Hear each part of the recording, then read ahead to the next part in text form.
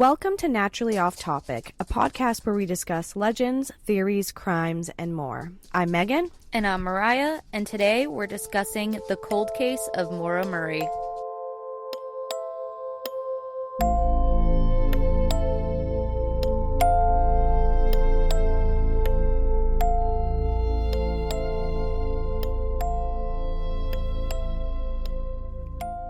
It's 7:27 p.m. when the New Hampshire police receive a phone call from a woman reporting an accident outside of her home. She reports seeing a man smoking a cigarette in the passenger side of the car, a detail that will later be changed in her retelling of the story throughout the years to come. A few moments later, a separate neighbor driving his school bus notices this same accident and approaches the broken-down vehicle. He gets out and asks the girl sitting in the car if she needs help. This account will also be changed every now and then, stating that the girl was actually outside of the car when they spoke. Regardless, the woman involved in the accident, 21-year-old college student Maura Murray, responds saying that she is all set and has already called AAA. The man doesn't press her on this, but goes home, not far down the road, and calls 911 as well, because he knows, and everybody in the area knows, that there is no cell service in this area. His call had come in at 7:43 p.m., and the dispatched police officer from the original call, Sergeant Smith, arrives on the scene 3 minutes later at 7:46 p.m. As he shines his light into the vehicle, its driver, Maura Murray, is nowhere to be found. To this date, 20 years later, she still has not been found. Her disappearance all that time ago has created a huge following of people who have dissected this cold case inside and out, trying to figure out the two questions everybody has been dying to know. What happened to Maura, and where was she going on that day, February 9th, 2004? Dang. Mm-hmm. So her car broke down, is what you're saying, and somebody saw her. Let's backtrack, because that's the story that I wanted to lead into this case, but obviously there's a lot to unpack here. Yeah. So let me start with how I even stumbled across this. Basically, it's kind of weird how it fell into my lap, and that's why I've kind of gotten a little obsessive over this case.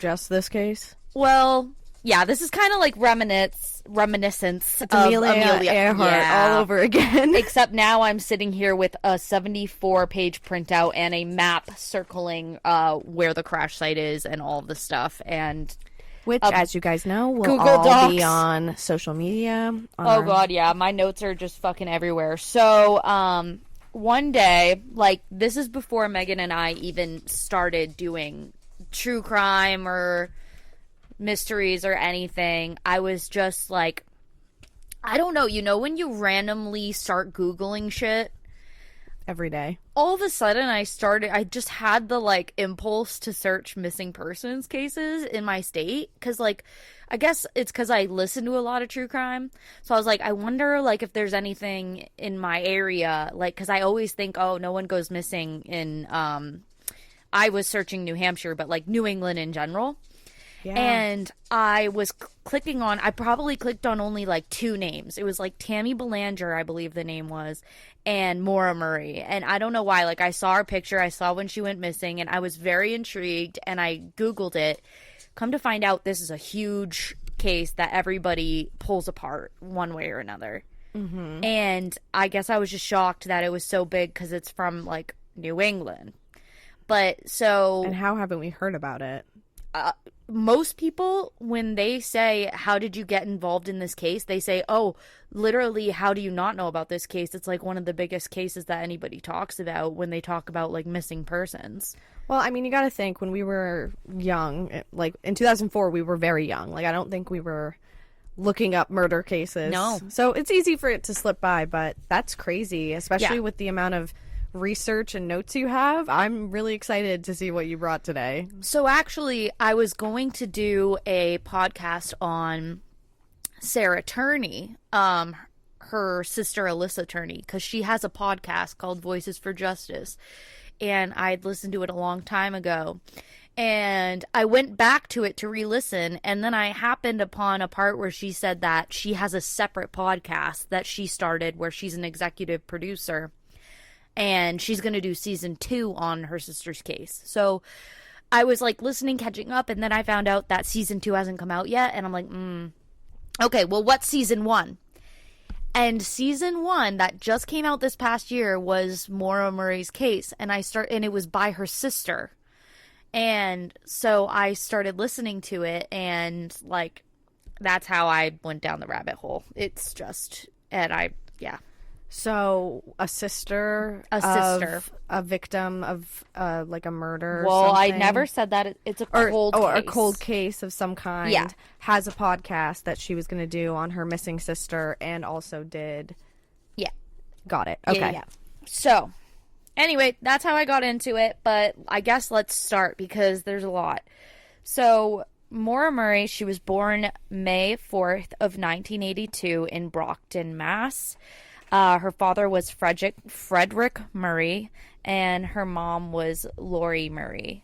I'm so sorry if I'm pronouncing the last name wrong. My boss, his last name is that, and I still get her last name pronounced wrong. I don't know why. So, Maura, she had 3 older siblings, and she had 1 younger sibling, Curtis. So she had 2 older sisters, and then an older brother and a younger brother. And named Curtis. Yes. And she grew up in Hanson, Massachusetts. Her parents had divorced when she was only 6 years old. She was a super active kid. She loved track. She loved sports. Her family would take her to New Hampshire, like the White Mountain area, and they would go hiking. Like, she was super close with her dad. And they seem to have a good family life, honestly. I guess family would spend 2 weeks in New Hampshire every year. So for her, it was like a second home. It wasn't until her college years, her last few years before she went missing, where things started to get a little weird in her life. So she graduates high school in 2000. And she's accepted into the U.S. Military Academy, West Point, as a cadet. Good for her. That's a hard place to get into. Yeah, I'd never heard of that place before. So her sister Julie also was there, actually. So she meets her boyfriend, who was still with her at the time of her disappearance, Billy. Oh, God, how do I pronounce his last name? Roach? Billy R, we'll call him. She met Billy in her sophomore year through her sister Julie in 2001, and they started dating that fall. He was 2 classes ahead of Maura. In 2001, August of 2001, Maura was accused of theft at Fort Knox. She basically was with a friend, and she stole a $4 to $5 worth of lip gloss and put it in her pocket, and she was caught. And her friend that was with her was super confused as to why she even did that. 'Cause she's like, I literally could have given you the money.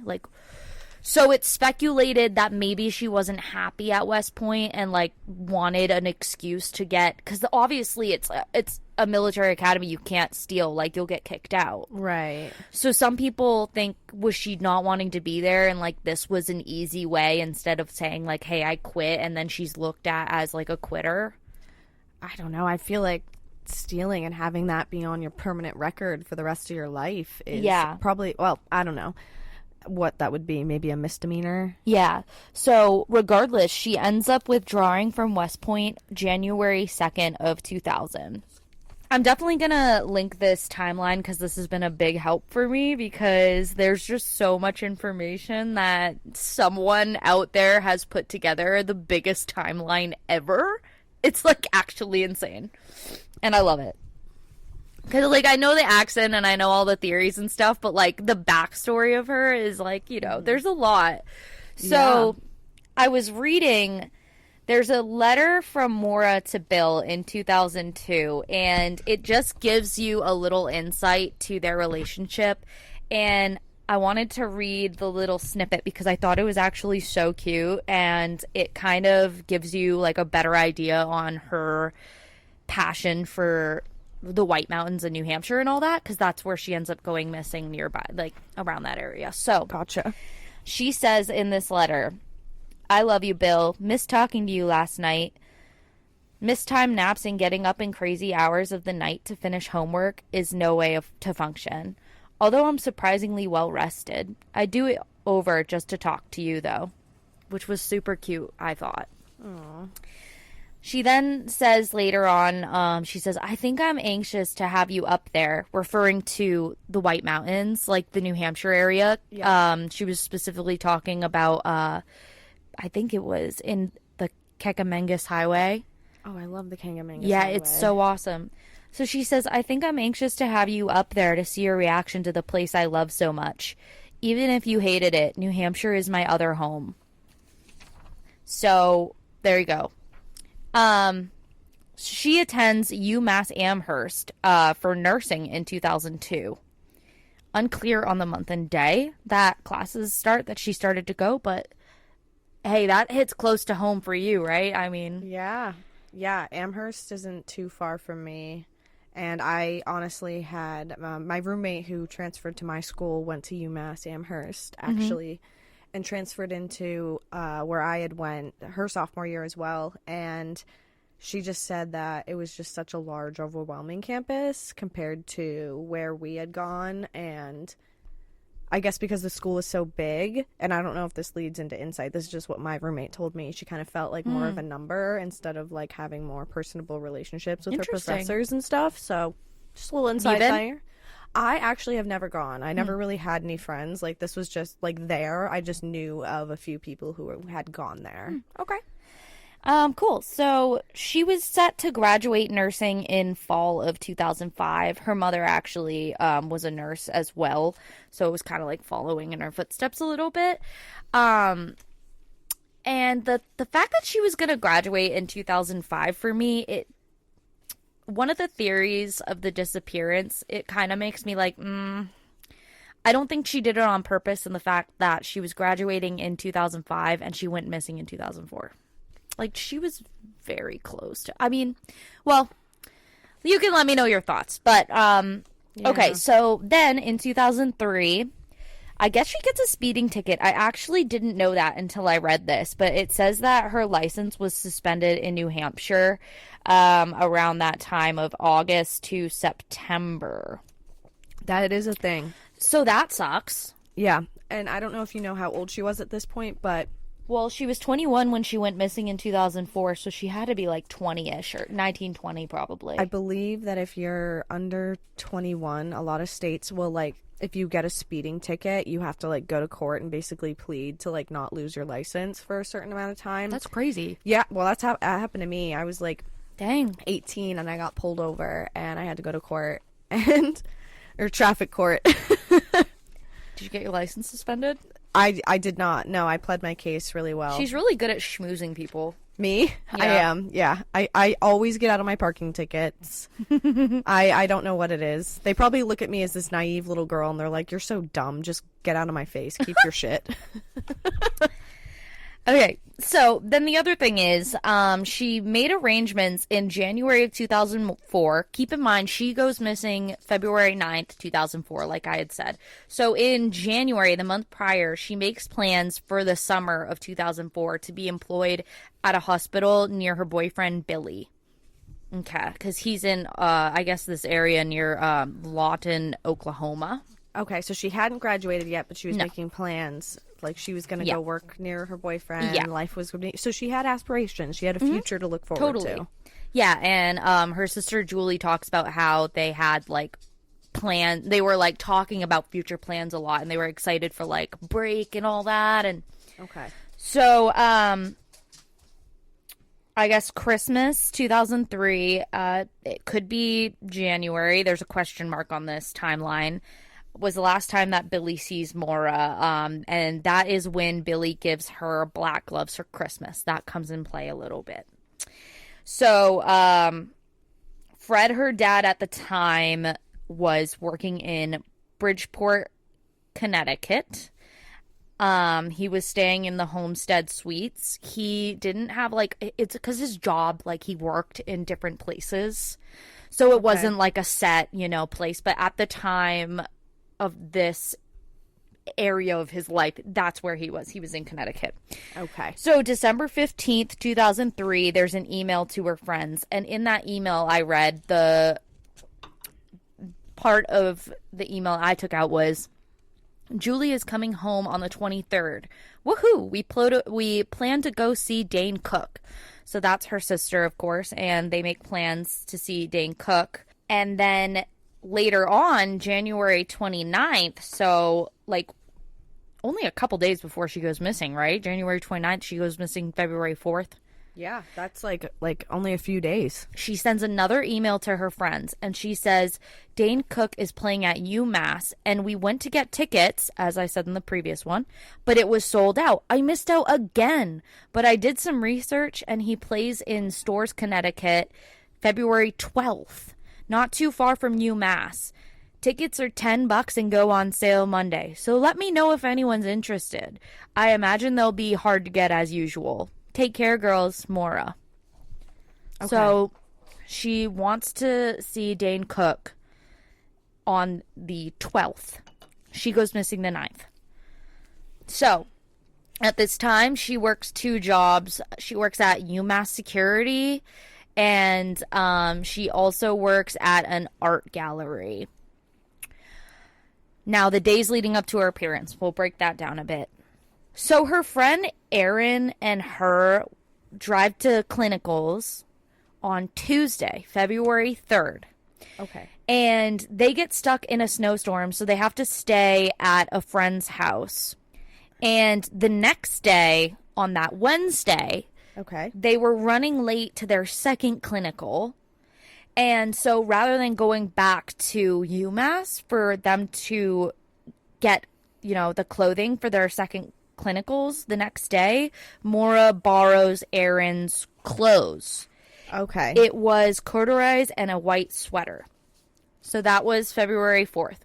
Okay. February 5th, 7 p.m., Maura starts her shift at a security place.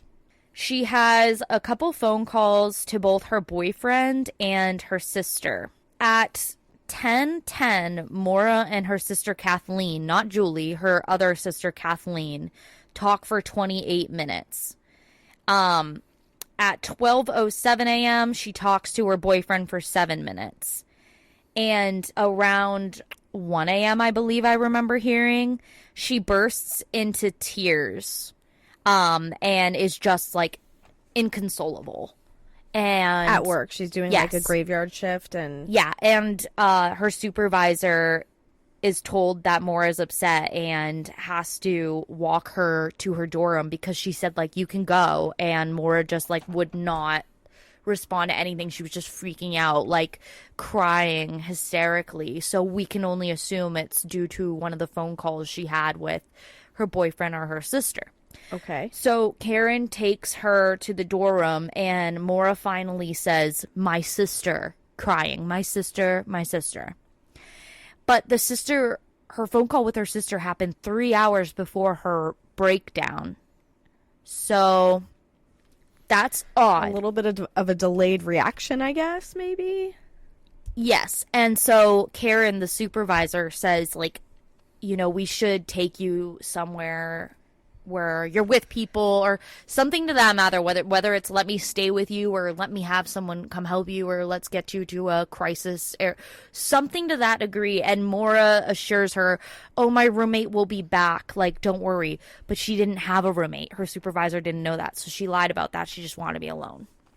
Okay. Now, Julie on the podcast this past year said that her sister Kathleen always felt like Maura was breaking down because of the phone call with her, because she said my sister, and because that was the phone call she gave to her, letting her know that she had been an alcoholic and she went to rehab. And that day she got let out of rehab, or around that time she gets let out of rehab, and her fiance at the time picks her up and brings her to the liquor store immediately. So she relapses. What a shitbag fiance. So this is the older sister. Yeah. So she was... They're both older, but Jeez. Kathleen's the oldest, I believe. Okay, and she's the one that was a recovering alcoholic? Yeah, and she, like, the same day that she gets let out, her fiance, her shitbag fiance at the time, like, brings her to a liquor store. That's so fucked. So, I mean, I understand see why that she being was why. crying. Yeah. And a lot of people are like, why did it take her 3 hours to start crying? And I'm like, she probably was trying to keep it in and then, like, was just thinking, because why would she stay my sister if it had nothing to do with that? That Right. sounds like a good reason to be upset. Yeah. I mean, and people grieve and get upset in different ways, and she might just be somebody who, you know, Yeah. like, is inconsolable and, like, needs to just, like, scream and cry and break down, and that's okay. Yeah. So the next day, classes are canceled due to a snowstorm. That's February 6th, so that's good. Saturday, February 7th, her dad, Fred, arrives. So he comes from Connecticut, and he arrives. He comes down because Maura's car hadn't been working well. She had a Saturn. And so he and her were planning on going car shopping. He had, a lot of people were suspicious about him coming down because he had went to a bunch of, like, ATMs and withdrew, like, a bunch of money from different ATMs to end up with $4,000 on his person. And according to Julie and multiple people, they said that this isn't weird for him. He's more of, like, an old school kind of guy. And, like, so he, like, chooses to pay for things in cash. Okay. Like, that's just how he is. And so they were shopping and, you know, they were selecting some, but, like, they didn't settle on any at the time. Sure. So he and her go to dinner at Amherst Brewing Company. And during their time there, they get a call from Maura's friend Kate, who just came back from a track meet.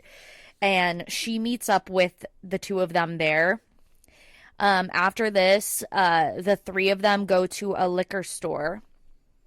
And it seems like all three of them went inside, and Fred's kind of like, all right, hurry up. They decide that during dinner, Kate and Julie, or not Julie, sorry, thinking about her, Kate and Maura decide we're going to go to a dorm party.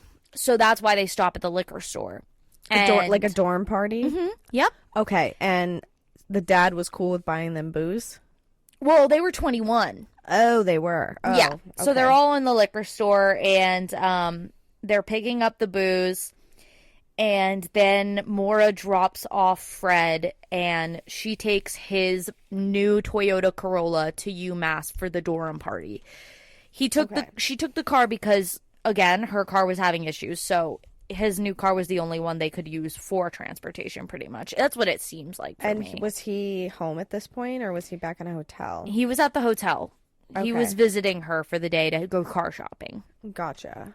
So the two of them go to the dorm party, and then after the party, they leave in the middle of the night. It's like 2:30 a.m., somewhere around there. It's late. And Maura drops off her friend at her dorm, and then she decides she says, hey, I'm going to drop off my dad's car back at the hotel. And her friend's like, that's not a good idea. Like, you should stay here and sleep because we'd just been drinking.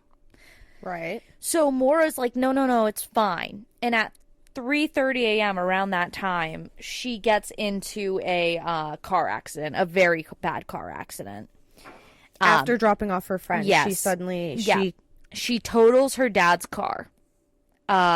Does she get a DUI? No. They actually, the police, they show up and whatever, and she wasn't even cited. No one tested her for, like, drunk driving or anything. Like, it was crazy that no one looked into it. So she gets a ride from the tow truck back to her dad's motel, and she uses her dad's phone to call her boyfriend because she left her phone at the dorm. Because, I don't know, they're drinking and she forgets it. Okay, guys, Megan has just informed me that I have been saying dorm wrong. It literally sounds like you're saying door room. I am. But I believe... That's how I speak. And that's okay. There's no shame. I was just saying... just so you know, when I say dorm, It's dorm. Dorm room. Dorm. All right, we will move on from this. Thank Okay. you for your PSA. I know I'm going to get roasted. That's fine. I cannot wait to see the comments. Guys, let's roast her. Oh, what the I'm just fuck? just kidding. Okay. Fuck you guys. We love you so much, Mariah. Tell me the story because Where I'm was literally on the I? edge of my seat. So she Oh my totals her God, dad's she car. totals it. Oh, yeah. She Doesn't leaves her get a phone, DUI. She leaves her phone in the dorm. I can't believe she didn't get a DUI from like just Isn't what that I'm crazy? hearing. 3:30 a.m. Like, of course. Like, Your friend already warned you about driving. I don't know if you have this answer, or maybe you Sure. talk more about it, but I know you jumped that she went back to her place from the tow truck dropping her off. But Sure. how did she total the car? Did she like wrap it around a tree? Like how you what know, was it's the not accident? on here, but I've listened to the story so much that, and so if it's wrong, I apologize. I believe she hit a guardrail. Okay. Yes, I don't think anybody else was involved. Okay, because that was going to be my next If it question. was, and I'm wrong, apologies, but I'm pretty sure from memory it's a guardrail. Okay. So she sneaks in. Her dad apparently doesn't wake up, and I do want to note that later on, Billy does say, because everybody was accusing her dad having something to do with it, and I personally don't think he did, because he seems like a sweet guy. But Yeah. Billy said, that's the boyfriend, remember? He said she was never afraid of Fred. So when she told him the next day, it probably was more of a fuck. Like, yeah, it probably wasn't like a, oh my God, he's going to beat the shit out of me. It was probably like it's any person. Like, I would be terrified to tell my parents. You know what I mean? Yeah, and I think, normal parent response would be like, well, one, I'm glad that you're not hurt as Exactly. the most important thing, but two, Yeah. what the fuck, man? Like, I have to buy a new car, and I'm already Exactly. trying to buy you a car. So Fred was, and they weren't like super well off, and so Fred was upset, but he says in all his interviews he would have never yelled at her. He was just like very upset, but he said she beat herself up the most out of anybody. Like, she was very upset. Yeah, still, a little sketch that she didn't get a DUI. I'd be very curious if there was a blood alcohol test, if alcohol was involved. Not that it obviously contributed to her disappearance or that we know of, but... Oh! Okay, here is the times. I thought there was a time schedule for this. I'm sorry, guys. Let's hit it! Okay, so, 2:30 a.m., Maura leaves the party according to Sarah, which is, I believe, the host, I think, if I remember. Of the dorm? Of the dorm. Of the dorm? Or that might be the one. I thought she drove with Kate, though. Anyway, regardless. So, 3:33 a.m., there's the call to report the accident. Did she call 911? It doesn't say. 3:34, police dispatched. 3:37, Mark Ruddock officer arrives. 4:11 a.m., cleared per police report. 4:29 a.m., tow truck leaves with Maura. 4:45 a.m., tow truck drops off Maura. 5:36 a.m., that's when Maura calls Bill on her father's cell phone for 11 minutes. Also, why is he up that early? That's my question. Also, did you say that the drop off was like she got in the car at 4:40 and was dropped off at the motel at 4:45 or something? She gets in the tow truck at 4:29 a.m. and the tow truck drops her off at 4:45 a.m. Oh, she was really close to her house. She was like 15 minutes away. Yes, you're right. I didn't even think of that. She was so Dang. close to his motel. That's crazy. So Fred wakes up at 10 a.m. and Maura's asleep in the room. She wakes up at around 10:30 a.m. This is all very clear times. It's like, how do these people know this? Also, how do dads stay asleep till 10 a.m.? Like, my dad's up at like 8 on the weekend. Yeah, It's isn't like that not odd? 7, I don't 8 know. o'clock. So that's when she tells him about the accident. And Fred, her father, calls the insurance. He looks into car rentals. He finds a loaner. They find out that the car, he would only have to end up paying $500 out of pocket. But the damage was like $8,000 to $10,000 worth of damage. So thank God for insurance on that one. Huh. For now, have you heard about the United Healthcare guy? Oh, of course. And that's why they're bringing back the snack wraps. And that will be a topic we will cover later down the line on this podcast. That is something I really want to talk about. It'll have to be much later. I know. You do it next, but well, we gotta wait. We gotta wait till the perp's caught and all that shit. I need what perp? I'm blind. I can't see. No, just kidding. Those comments have been killing me. Anyway, so Fred drops Maura off at her dorm around 1 to 1:30 p.m. and apparently she was like so upset with herself, and like Fred looked at her and said like, listen, it's gonna be all right, like at least you're okay type of thing. And Maura just beat herself up like nothing, you know. And it was the last time that Fred saw her, and according to Julie, like when she was telling it, Julie like got choked up. This is the sister. Okay. I've watched, like, she had a YouTube or TikTok on the timeline, and she like started to tear up like talking about that because, again, want to hit it home, the family really cares. I don't think Maura was running away from them, and I'm saying that because theories do think that she was running away from the family. I do not think that. Okay. Yeah. So, and I also think that this family, like, if you were to look, anyone were to look more into this, I feel like they've been put through fucking hell, and they need to be cut some slack because they're actually really nice people from that podcast I was listening to. Like, I don't know them personally, but like, damn, like, I don't know why people are so fucking rude. So, yeah, trolls. I would suggest, Megan, you should listen to it. It's really good.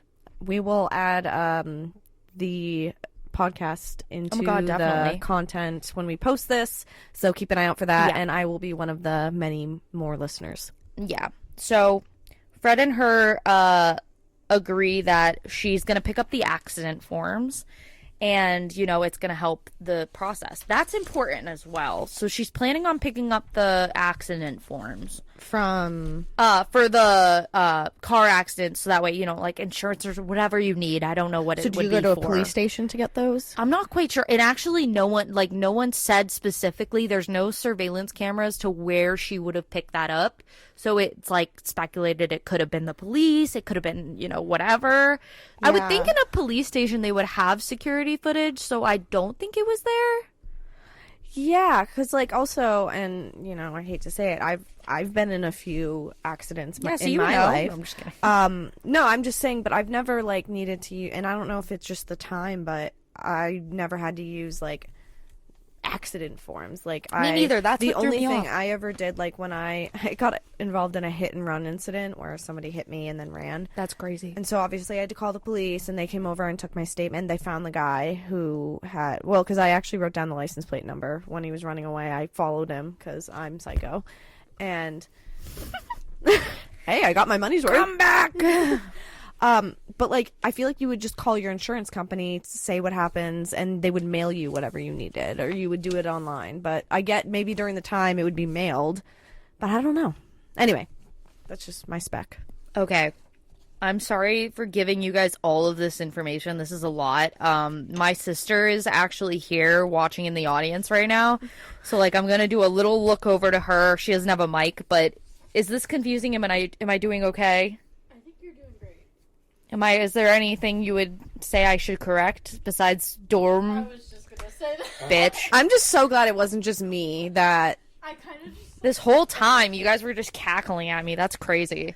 Well, no, I really thought, like, you were referring to, like, a different type of room. Like, I was, like, I was literally trying to be like, is there a door room? Like, what are you referring to? I hate my life. This is terrible. All right. I promise we're not making fun of you. This is where the information overload comes in for real now, because this is the day, and I'm really gonna heavily rely on this timeline now because this is a lot of fucking information. Well, naturally, we haven't gone too off topic, so you're good, darling. Okay. Monday, February 9th. Also, who would pick a Monday to go missing? You know what I mean? Well, actually, that's the perfect day to go missing. I take it back. I'm sorry. I apologize. I don't mean to make a joke out of it.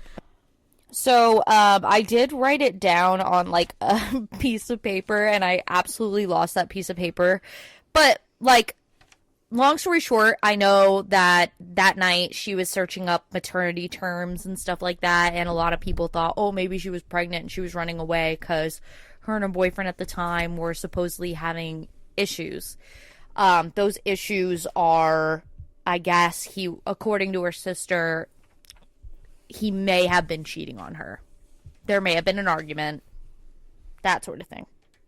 And all this time, he was still at West Point, right? But he was a few years ahead. I'm not quite sure where he was during this point in time, but I just know that's where they met. Okay. And I know he was around Oklahoma since that's where she was going to get that job. So. Okay, I think I remember you saying that he was like a year or two ahead. Yes, he was. So he might have years. graduated or something. Totally. And so, the maternity terms, though, it was for a homework assignment. That's the thing. So I don't think she was pregnant. She literally had a maternity class, and it was for an assignment. And her and one of her friends were sending definitions back and forth to each other, like to try to get the homework. yeah, I mean, in. she's studying to be a nurse. Right. Like, she needs to know. Exactly. She needs to know what the female body does. Yeah. So she's looking up Burlington and Bartlett, and she emails her assignment to her teacher. She finishes up working on the computer about like 4 a.m. and gets a couple hours of sleep. She wakes up around noontime and goes onto her computer for a couple more hours. She searches more sites, like getting directions from Amherst, Massachusetts to Burlington, Vermont. So she looks that up at noon, and then at 1 p.m. she sends an email to her boyfriend, Billy Roche. It says, I love you more, stud. I got your messages, but honestly, I didn't feel like talking much to anyone. I promised to call today, though. Love you, Maura. Just for reference, we're only like a few pages into the stack. I'm not doing this whole stack. I'm just getting till the... Okay, well, I lost it. Anyway, I don't need that because I can remember off the top of my head. So she says, like, I don't feel like talking, and then she makes a phone call to a condo owner in Bartlett, or it might not be Bartlett. She makes a phone call to a condominium owner in New Hampshire. It might be Bartlett. Can't remember off the top of my head. So, and she didn't want to talk to her boyfriend. She looked That's up... what she said. She said, I don't feel like talking to Right, her she said that boyfriend. to him. Right. She's looking at places in Vermont, and now she's... And New Hampshire. And she's now called... She's called one person so far. The phone call only lasted a couple minutes.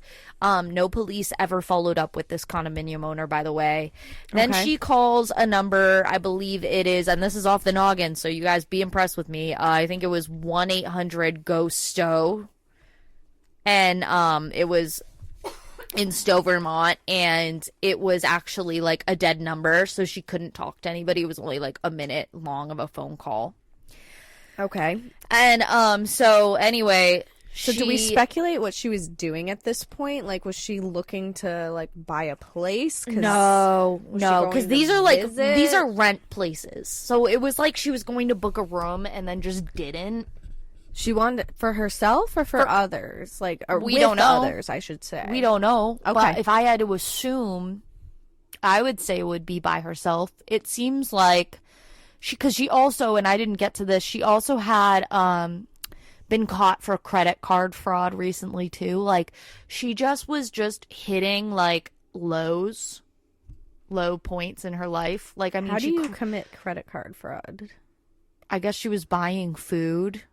I don't know how she committed credit card fraud. I just know she did, and she got caught for it, and it obviously is not a good look. Yeah, okay. Like, she was just having her wild side, and I mean, I don't understand, like, but I know things were going south, and I can't believe I lost an entire page to the notes that I was looking at, so apologies for that. But she emails, everybody knows this fact. She then emails her professor, one of her college professors, saying, hey, like, I'm gonna be gone for a few days, like, a family member died. There was a death in the family. Keep in mind, there was no death in the family. And so she packs up her, like, some of her stuff. Not all of it, but, like, toiletries, makeup, birth control, etc. And she then leaves and she goes in her Saturn Ion. I'm so sorry. It's not an Ion, I don't think. I used to drive an Ion, so I used to always say, out of habit, I say Saturn Ion. She drove her old-ass Saturn that her dad told her not to drive. And there were issues with it, right? Yes, and they were trying to get a new car. So she takes the Saturn to an ATM and she withdraws over $200 and she leaves like under $20 in her bank account. Like not that much left. Okay. She also makes a stop at the liquor store and she buys $40 worth of alcohol. She buys the stuff to make her favorite drink, which is what do you call it? It's not a white Russian, a dark Russian? What, black Russian? I think it's a black Russian. I guess. It's not a white Russian. I love that drink. That's why I'm like, what is that called again? So she buys like Kahlua, vodka, like that sort of stuff. And at some point we know she did pick up those accident forms because it's later found in her car. So she gets that stuff and she drives to the northern New Hampshire, Vermont area. Okay. That day, February 9th. And that's when we get to that story I was talking about in the beginning, where at 7:27, a woman notices this car, this Saturn, has had an accident of some sort where it is now facing the opposite side of the road. So basically, if you're driving, like, say you're driving north, your car is now on the opposite side of the road facing south. You know what I'm saying? So she got into another accident with this car, with her Saturn. This is hers. Yeah. She gets into another accident. Okay. And somehow her car swerved to the other side of the road. It's like it and looped. did like almost like a 180. Yes. And it's facing the opposite side of the road now. Okay. And so that woman calls 911 and she says she sees a man smoking in the passenger side. Later on, this story does change to where she says, well, it could have been like what do you call those places, the ports where you put the charging ports, the cigarette.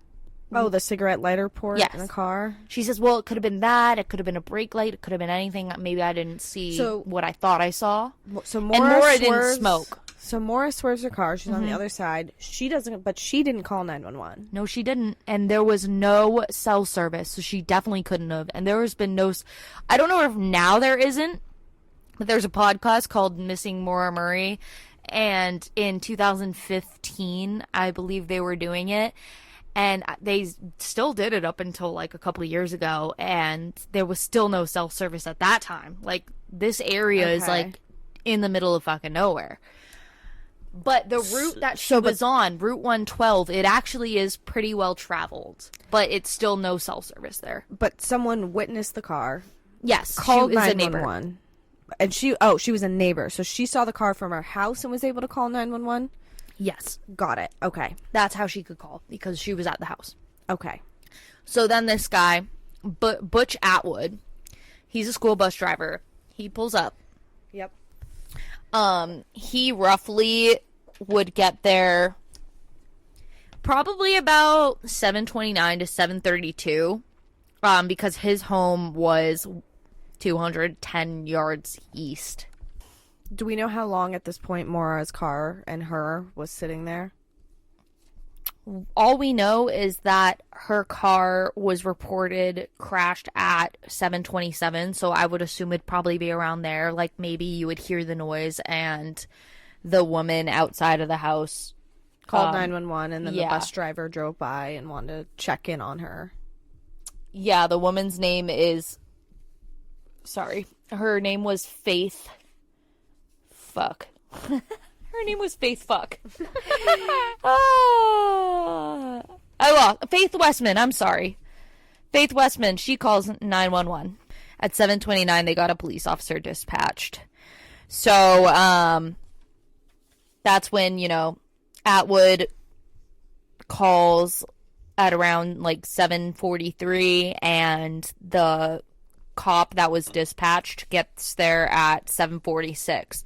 So there was only like if Butch was there at like, oh my god, if Butch was there at around 7:29 to 7:32-ish, and the police gets there at 7:46 and she's gone, I mean, that's like crazy. That's like a little over 10 minutes. Yeah, she's just gone. And the other thing was, so Butch Atwood gets home and he says, like, he goes in to call the cops. They don't answer. He goes back out into his school bus and he does, like, paperwork and is, like, watching the crash site. And he doesn't see her, like, leave or anything happen. Like, okay. Confusing. Yeah, so did he say anything to her before he went to his house? No, he didn't say like, oh, there's no service, like you're lying. He just went, okay. And he like got back in his car and then like called 911 and told his wife about it. And his wife was the one that ended up talking to 911 because they called her back. And she was like, yeah, there's a female that. And so Maura claimed she had called a tow truck? Yeah, she said she called AAA. So it was kind of like he was offering help and she's like, don't bother. Like, I called AAA. Which is also weird because if there's no cell service and... So it was a lie. And she never called 911 to begin with, it sounds like, because there's no report on it. She couldn't have. It was no cell service. That's what's so weird. So she lied. So, okay. So the cop gets there and the car is locked.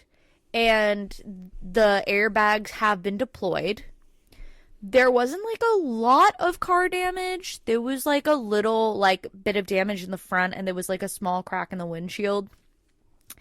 And the odd thing to him was that there was a rag in the tailpipe. And a lot of people have issue with that. But later on we come to find out that Maura's dad, Fred, said she should put the rag in the tailpipe because her car was acting up so badly and it would smoke so much that if she absolutely needed to drive the car, she could put it in there and it would help the smoke probably.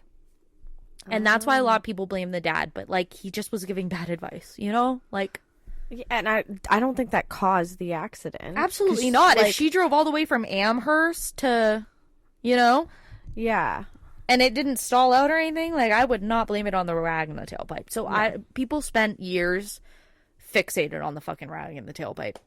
But, anyway, regardless, the cop comes, Sergeant Smith, Cecil Smith, and he looks in the car, he sees the airbags. I don't know how he figured this out because I believe the door was locked, but he said there was a Coke bottle that looked to have like a dark, like red liquid in it that smelled like wine. And the roof of the car had like red marks, like the wine. And she like maybe had, when she had crashed, the wine went everywhere. And she had an open box of, and you would know probably, Megan, but I keep pronouncing the name of the wine wrong. I keep pronouncing it like Franconia wine. Oh, you know which one? The bag wine? Yes, yeah. The one in the box. What's it called again? I literally... Francia, something. Francisca? Whatever. You guys all know. Box wine. You slap the bag. Yes. What my sister tells me. Yeah, so that was in the back. So this whole time, like, everybody's been like, well, she was probably drunk. Again. So... yeah. So here are the theories now. There are quite a few. Number one is she had this plan that she wanted to escape her life and go live a new life in Canada.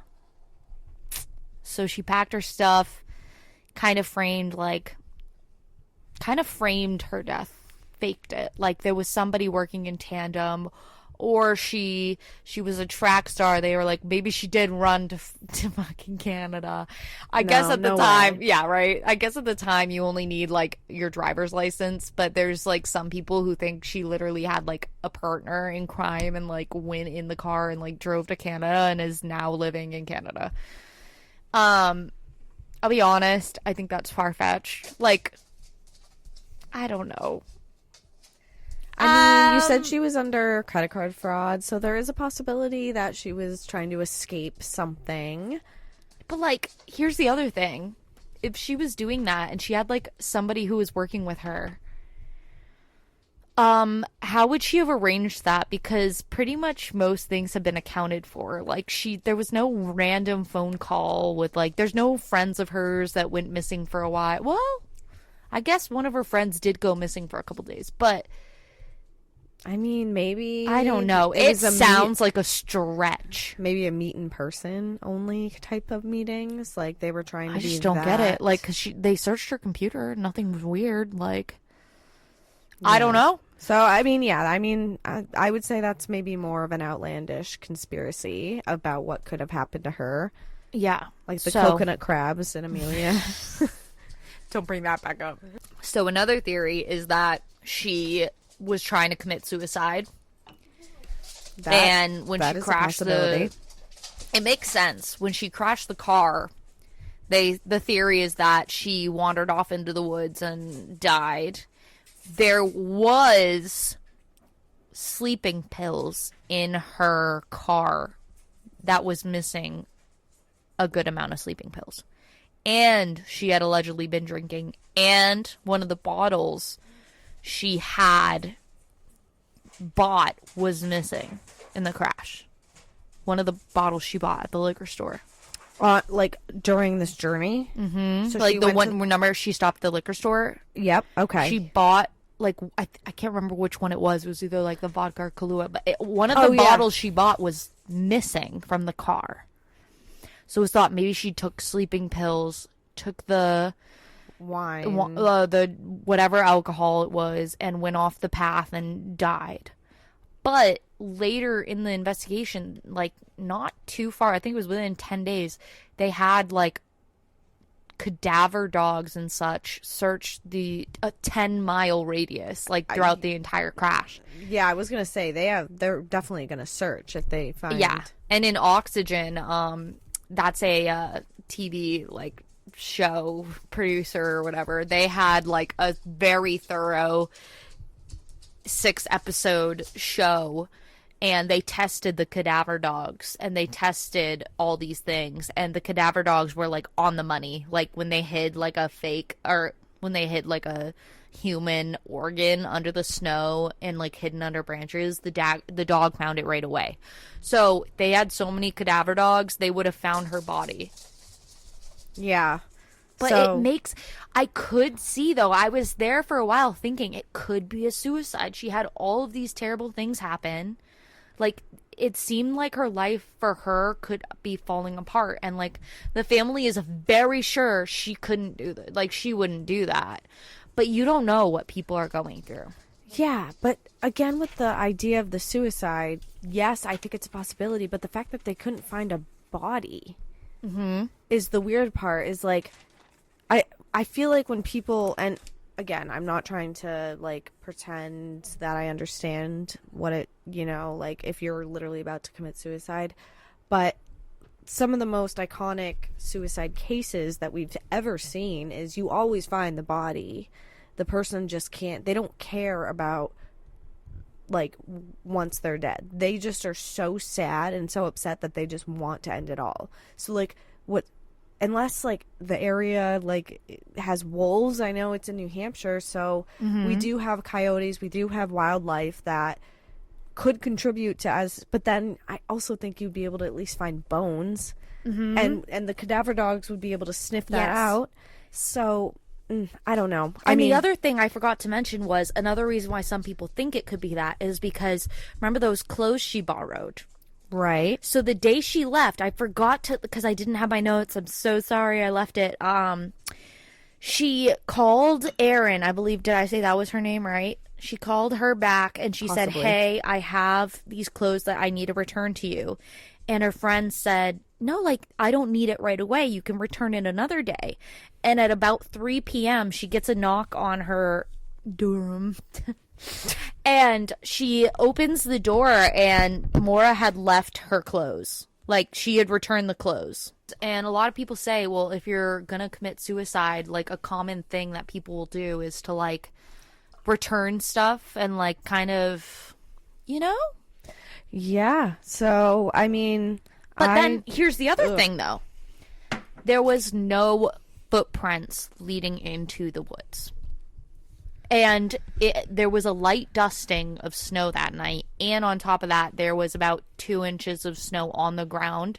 And it was the type of snow that, like, there's, like, a hard layer of ice. So if you step into it, it kind of, like, leaves an imprint. Like, you know when you, like, step up and you're, like, sturdy for a second and you go flunk in? Yep. It was like that. So there were no... Okay, so there's no footprints leading into the woods or anywhere under the car, around the car. Now, you had mentioned, and I'm just curious, you had mentioned that the bus driver, like, went into his bus and was watching the car from where he was, right? Apparently. He said he was doing paperwork. In his bus, which, what bus driver does paperwork? Butch Atwood seems like an odd person to me because he did, I don't know, it could be him, it could not be him, but like the story did change throughout the years where he would say she was sitting in her car and other times he would say she was standing outside of her car. Whether that's a big deal, I don't know. And it could maybe not be his account. It could be just like the internet in a game of telephone. Because I know there is a lot of facts that are muddy here. Yeah, because where I was going with this is I would be curious to know if he ever saw, because according to what you're saying, there were no footprints in the snow or anything. Going into the woods. Into the woods. But, right, she could have walked down the road. Yeah, the road was clear because it was a well-traveled road. So it's road would have been possible. But did he ever see somebody's another car stop? So, like, maybe, like, not that he has said. Not that he has said. But then the other thing is, what's weird about him to me, and they did say they cleared him and that, if you looked at him, he wouldn't have done it. And he did have his wife at home, but I'm thinking, and I don't know, I don't think he did it, and he did pass away. But I do think it's weird that the stories might have changed, and I also think it's weird that he did take lie detector tests, and he did fail the first one, and the second one was inconclusive. It sucks because you can't use lie detector tests in court. So, no. And the police dismissed him. They thought he was credible enough. And I'm like, were there other neighbors? Because I'm also curious. There was. There was the Faith. What did I call her? Faith Westman. Yeah, something like that. Like, did they search the homes of like the nearby houses to like? I don't think they did a thorough. Faith Westman. They didn't search every property nearby but the ones that were like willing to let people search, they did. Right. So anyway, suicide, I don't know. Canada, I don't know, man. Canada, I think, is so unlikely. Like, going away to Canada, I don't know. Suicide, I think the cadaver dogs would have, found her. I think Butch Atwood, maybe? I don't know. People really don't think it was him, and I wonder why they don't think it was him. But like, who's to say she didn't, like, she decided, like, you know what, fuck it. Like, there's no cell service, and my life's going to shit. I'm going to hitchhike. Who's to say she didn't hitchhike with somebody? And that somebody ended up not being the person you should hitchhike with. So there we go. That's the other theory, is that she was picked up and murdered. Wrong time, wrong place. Someone saw a little, like a girl, not little, but like a girl by herself. It was a local who knew there was no cell service and took advantage of that and killed her. Yeah, and then was clearly such a good, I mean, how many murders happen that literally go unnoticed. Like, So many. like it, you know, they're not always covered on Netflix or streaming services or the news, but it happens probably, yeah, like you said, all the time. And that leads me to What is your theory? exhibit a Oh, million. boy. I have printed out. Megan, describe. All right, Mariah's handed me a piece of paper, and all right, so we got She's deciphering. the crash site. Yep. So that's what the road looks like. Put that Yep. on Instagram. This is from that Oxygen Disappearance of Maura Murray series that I so recommend, you guys. So I see a dog lost scent. So one of the bloodhounds, or a couple, whatever, however many dogs they used, picked up her scent. They used, and remember when I said those gloves that Billy got her for Christmas would come into play? Yes. So the family was upset because when they used the dogs to track down Maura, they used those gloves. And it had been a couple days, and they were very upset that they chose them because they didn't even know if Maura wore those gloves. She just got them. And they were like, if you were going to use any scent, why didn't you ask us, the family, and we would have given you her running shoes, like things we know she wears every day. So during the search, they didn't use proper No, those scent police, control. like, they did not take into consideration the family at all. And so they take these gloves from the car. The bloodhounds take the gloves and they go down the road and they lose her scent by an off-road Bradley Hill. And this is why many people think that she was picked up and murdered, because the dogs lose scent right down that road. It didn't go into the woods. Everybody searched the woods, 10-mile radius. Cadaver dogs, scent dogs, nothing. It just disappears. Whether she was in with somebody who wanted, I don't know. Like, I really think this was a murder case. I really do. I think it's a combination of, like, clearly the investigators and people who were on the case neglected to properly involve, it sounds like, the family. Like, but at the same time, I would also say, how far away was the family from there? Like, were they trying to, like, get the scent, like, the second that this happened, once they realized she was missing, and they thought the dogs would later lose the scent, so they wanted to do it timely? The upsetting thing was the crash happened, and there was only a small search done for Maura that night. They kind of just, there was police, firemen, and EMS, or ambulance, sorry, EMT. And the ambulance gets there, and Maura's gone, and they just send the ambulance home. And the firefighters look for, like, a half hour, and then they're sent home. And, like, no one did a thorough search. Actually, no one searched east of the crash site. They only went the other way on the road. Like, this was a very poorly searched area the night she went missing. Yeah, it sounds it. And They kind of chalked it up to, like, oh, she's probably drunk and hiding from the cops and she'll be found the next day. No. no, she probably was, like, distraught, wanted to take a trip to just clear her head, figure out her next move. And then that happens, and of course you're like, what the fuck do I do? And so the family wasn't even told until the next day around, like, 3 to, like, 4:40. Like, PM? PM.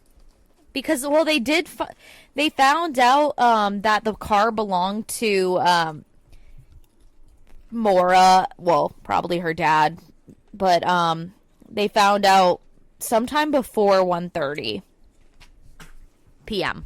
And it's like, come on, guys. So Maura's dad said that, like, no police were, like, searching the area when he got there. Okay. No, it's just, I'm sorry, I'm eating popcorn now. Yeah, guys, sorry. We were, like, super hungry. We're about to go to dinner after this. Thank the Lord. It's an odd case. It definitely is.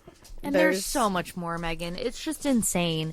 So the only other thing, like, there's been psychics and, oh my God, this just could keep going on, and I don't know where to end. There is this house that has been very interesting to me. Okay, and it's known as the A-frame house. I guess during some point over the years, there was this brother, I believe, who gave Fred Murray, the dad, a knife and said, I think my brother, if it's not his brother, I apologize, may have had something to do with it, and this might be the weapon he used. I found it in his glove box in his car. Fred as in the dad? Mm-hmm. So Fred takes the... And he has a brother who's claiming that... No, Fred does not have a brother. There is a guy that approaches Fred and says, because Fred was so determined to see his girl that he would, like, hang out in this area and, like, listen to the locals and, like, try to see if anybody would accidentally say something. Like, this guy was dedicated. He was always, like, trying to get to the bottom of it. Okay. And so one guy approaches him and says, hey, I think my brother, again, might not be his brother, I can't remember. Okay, and now may have something to do with it. I found this knife in his glove compartment of his car. You should check it out. And so Fred takes it to the police, and the police say, we can't accept this. And he's like, what the fuck? Okay, so then he mails it to the police, and it doesn't get mailed back, but he never hears anything back from it. So, yeah, if you tried to mail it, they probably just discarded it. Dude, right? It's like are you kidding me? It could be the murder weapon. You're like, you can't believe you lost that. Oh my God, this popcorn is so good. Megan, so the A-frame house, like, I guess new owners come about and whatever, and they're able to collect, they bring dogs into the house, cadaver dogs, I believe, and they pick up a fucking scent in one of the fucking closets. Shit you not. And how long has it been since she disappeared? I can't remember. Like, what was it super long? Like, oh, I would say a long time ago, like probably a couple years, if I had to guess. Well, like, so I'm saying from her crash and her disappearance, a long time for sure. A long time went by, and they picked up. And her they could scent? still, yeah, cadaver dogs. I guess dogs, and it's so interesting to get into it in the Oxygen series. I guess dogs could pick up scents like that, like years and years down the road. Like, it's crazy. So, and that A-frame house, from this theory, was that owned by this brother? Yes. Yep. Or yep. So they this person that the person knows. This person with that knife, whatever it may be. So they get a hit on the carpet, and I guess they tried to get the police involved, but nothing came of it. You know, they do the whole like we looked into it type of thing, something like that. But it's still labeled a cold case? Yeah, because like who could it could be anything. It could be could be anything. So the police didn't really like touch on it or anything. So in this Oxygen series, the person that there's this journalist and there's a guy who works for the U.S. Marshal, I believe. And they speak to this guy named John Smith who has been helping the family since day one.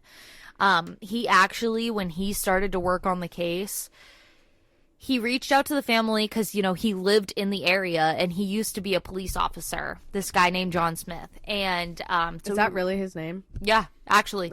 So he reaches out to the family and he's like, hey, I saw what happened. I would love to help you in the investigation if you want. And the family, because his name is John Smith, so Kathleen and Fred get his voicemail and they contact the police because his name's John Smith, and they're like, who is this guy? Like, is this guy for real? The police go to him and say, hey, if you touch this case, we're going to arrest you. Like, this is an open case. You can't be involved. So now I'm backtracking, but Fred then goes to this John Smith and he's like, can you please help me? Like, you helped us out a little bit. Like, I do want you involved. And John Smith's like, no, the police came to me and said, I can't touch this case. And after a couple weeks, he finally has a change of heart and he's like, you know what? I can't turn down this dad. He looked so distraught when I said no. So he goes to him and says, I'll help you. And then ever since then, he's been helping him. So anyway, cut to this Oxygen episode, The Disappearance of Maura Murray. They go to this John Smith guy and they're talking about the A-frame house. And he says that the only thing they have remaining from that house, because the new owners did a complete reconstruction of the house, is these wood chips from that same closet. So they bring a guy in and test if there is any blood that's ever been on those walls. And he says yes. And he says you should submit it for DNA testing. So this guy submits it to DNA testing, and they come back and they say, it's a hit. This is indeed human blood that was on here, and it was a male and a female. But the DNA could not be confirmed if it was Maura or not, because it was so old they could not determine that for sure. Okay. And it was male. Did they say it was male or female, or male and? They believe it was male and female blood. So like killer and... Oh. But because it was so old, they couldn't say for sure whose DNA it belonged to. Wow. I mean, so she was definitely murdered. I think she was. I really do. Unfortunately, I really hate to say that. And I think the family also, you know, I mean, it's been 20 years. They had, God, I do feel for them so badly. Like, they're, ugh. And honestly, shame on the New Hampshire police. Like, just, like, this hits home in a different way. You know, obviously, not going to disclose where I live. I live in New but we England. live near. But like, we're in that area. And it really hits home that, like, it can happen anywhere where there's corrupt police officers who aren't going to help you with. And I get that there's probably some bylaws and laws that you have to follow. Like, I know you can't submit a missing person case for a certain amount of hours, because there are a lot of people that do decide to run away. And girl, if you did just decide to change your life, then we really hope that you're living it to the best. It'd be great if you came forward and said something so you could give your family some peace. Not to muddy the case even more, but I will say there was also... Here I go. Oh, Lordy. You're like, Mariah, shut up. There was also a girl named Witness A. That's not her real name. She has since come out. Who that night saw a police SUV. Oh my God. I feel like, see, now I'm like throwing in extra theories that don't even need to be there at this point. Anyway, she believes that the police were involved. I'm just saying, if you want to listen in and, you know, get your own conspiracies here, or theories, I should say, you should really listen full on, like, through from start to finish. The Missing Maura Murray podcast, the Oxygen series, The Disappearance of Maura Murray, and her sister on Media Pressure, the podcast. All of those, holy shit, you guys, you will dig yourself into the trenches. Her sister Julie is like, everybody always talks about my sister's case, and like, this is like the first time that like I get to say. And like, cause she was trying to tell fact, so I feel a little sad that I know that I fucked up on a lot of it. That's why I'm saying, like, definitely go to her podcast. But she said, like, people ask her all the time, like, what can I do to help? And she says to just talk about the case, and like, maybe somewhere someone out there will have some information that they can bring forth. So that's what I'm doing. I'm talking about it here. If anybody I know knows anybody, especially because we're in the area, like, please come forth. Like, that would be awesome.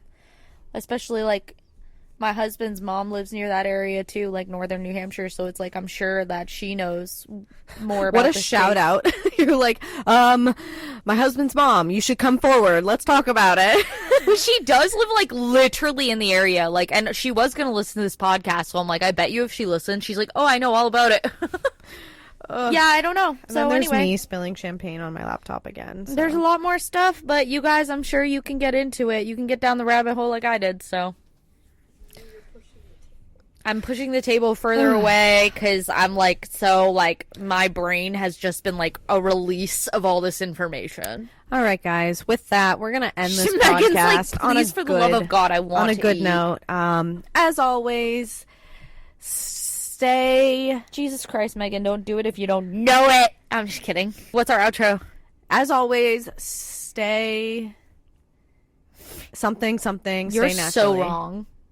You're so wrong, All right, buddy. fine. End it. End it! As always, even though Megan doesn't know, I know. As she's reading her notes. Like, eat my cooter. When? Now. When my sister leaves. Keep it real. Keep it real. freaky. Keep it Keep freaky. it naturally. Keep it naturally. All right, I got it. I got it now, guys.